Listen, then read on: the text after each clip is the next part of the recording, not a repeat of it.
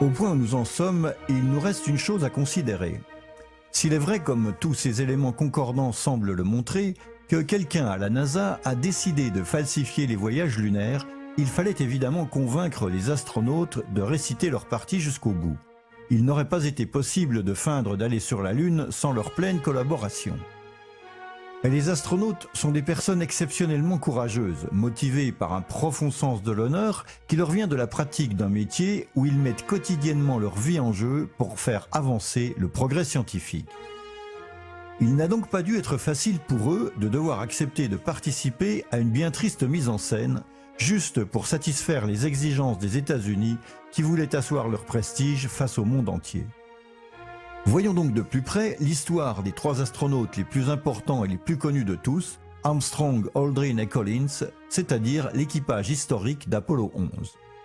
Le 24 juillet 1969, les astronautes Neil Armstrong, Buzz Aldrin et Michael Collins reviennent triomphalement de la plus importante mission jamais menée par l'homme dans l'histoire. Ils reviennent tout juste de la Lune. Ce sont les premiers êtres humains à avoir visité un autre corps céleste et à en être revenus sains et saufs. Sur le navire qui les a recueillis, le président Nixon est présent en personne. Après un bref échange devant les caméras, Armstrong, Aldrin et Collins sont placés en quarantaine et mis quelques semaines à l'isolement. Puis le 16 septembre, ils se présentent pour la première conférence de presse devant les journalistes du monde entier qui les accueillent par une bruyante standing ovation.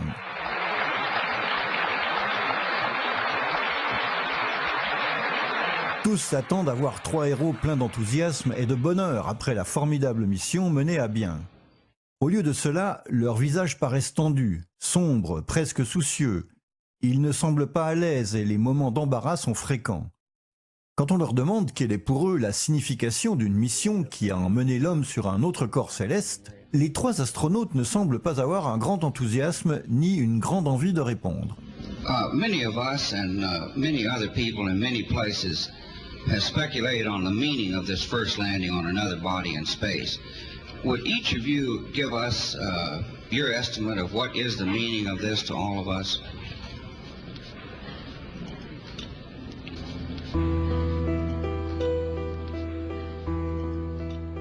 Et quand Armstrong décrit leur aventure comme le début d'une nouvelle ère, il ressemble davantage à quelqu'un obligé de réciter un texte qu'à une personne convaincue de ce qu'elle dit. The entire program, it's a beginning of a new age.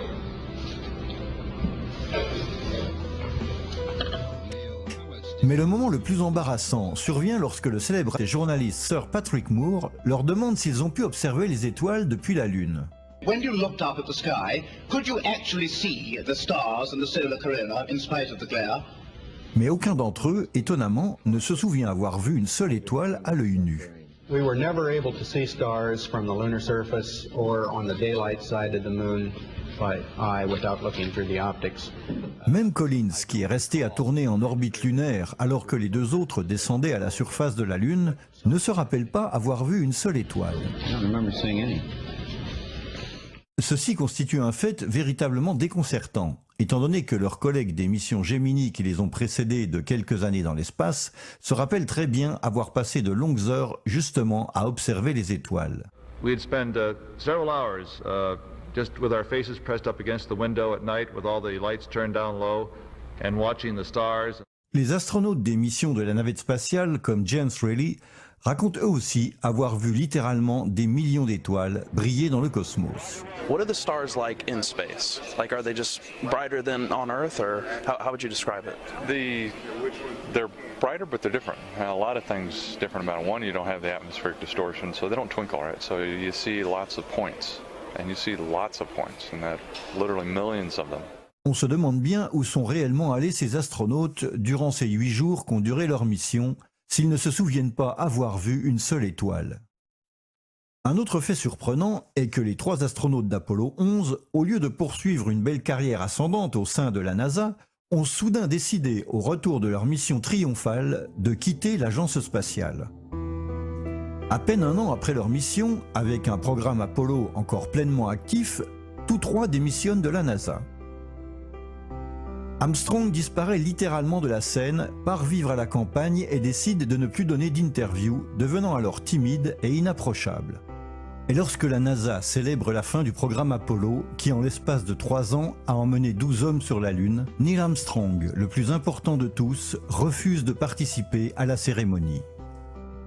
À son tour, Buzz Aldrin tombe dans une période de profonde dépression qui le porte, comme il le raconte lui-même, à l'abus de drogue et d'alcool. I thrived on addictive substances, alcoholism, and clearly that began to predominate in my unstructured life. En 1973, il apparaît sur une photo dans Paris Match, décidément changé dans son aspect. Aldrin déclare même au magazine français « On nous croit des héros, mais la Lune nous a brisés ». Lors d'une interview en 1994, on demande à Aldrin de donner un conseil aux jeunes qui, comme lui, veulent devenir astronautes. Mais au lieu de les encourager et de leur transmettre de l'enthousiasme, il les met en garde contre de possibles désillusions. Space and its frontiers certainly are new and challenging, and because they're new and challenging, they're also uncertain, and I think anyone aspiring that as a career field has to be equipped with a lot of patience and the ability to cope with things not turning out exactly the way they may perceive that they would ahead of time. Pourquoi un homme qui a mené à bien la plus importante mission de l'histoire humaine, plutôt que d'encourager ces jeunes, les met-il en garde contre les désillusions et les échecs? Ladies and gentlemen, Neil Armstrong. Armstrong lui aussi réapparaît de temps en temps en public, mais ce n'est certainement pas pour chanter les louanges de la NASA. Lors d'une cérémonie en présence de Bill Clinton en 1994, Armstrong prononce une phrase ambiguë et mystérieuse. Tandis qu'il parle à un groupe d'étudiants, il fait allusion à certains voiles qui protègent la vérité et que les jeunes devront lever pour aller de l'avant. We leave you much that is undone. There are great ideas undiscovered. Breakthroughs available to those who can remove one of truth's protective layers. Par la suite, Armstrong fera de nouveau parler de lui lorsqu'il refusera de participer aux célébrations du 40e anniversaire des missions Apollo. En 2004, le réalisateur Bart Sibrel tourna un documentaire intitulé Astronaut Gone Wild, dans lequel il interviewe les astronautes des missions Apollo et leur demande de jurer sur la Bible qu'ils ont vraiment marché sur la Lune. Il faut se rappeler qu'aux USA, le fait de témoigner en jurant sur la Bible filmée par une caméra peut être utilisé devant un tribunal contre la personne qui a juré, et en Amérique, le parjure peut être puni de prison. Nous ne savons pas si c'est pour cette raison, mais il est curieux de voir que lorsqu'il s'aperçoit soudain de la présence de la caméra de Sibrel, Armstrong refuse de jurer sur la Bible. Wanted to give you the opportunity to swear on the Bible that you walked on the moon. Will you put your left hand on the Bible and swear to God that you walked on the moon? Gentlemen. Mr. Sibrel. Yes? If you really walked on the moon, why would you not do that? So why don't you just put the... Même quand Sibrel lui offre 5 000 $ comptant à donner à une œuvre de bienfaisance, Armstrong refuse de jurer. You have $5,000 cash. You can give it to charity if you swear on the Bible that you walked on the moon. I have the tape. It'd be fine. Why don't you swear to... Why not? Why won't you do it? Aldrin aussi refuse de jurer sur la Bible. Why don't you swear on the Bible that you walked on the moon? Why don't you swear on the Bible that you walked on the moon? Why don't you swear on the Bible that you walked... Sibrel continue d'insister et en arrive même à l'insulter, tant et si bien qu'Aldrin lui décoche un coup de poing au visage. Mais finalement, Buzz Aldrin, tout comme Armstrong, a refusé de jurer. Michael Collins, lui aussi, le 3e astronaute d'Apollo 11, refuse de jurer et s'enfuit même devant Sibrel comme s'il était le diable en personne. Asking you to swear in the Bible that you orbited the moon. Would you please go away? Well, if you really orbited the moon, why won't you swear in the Bible that you did so?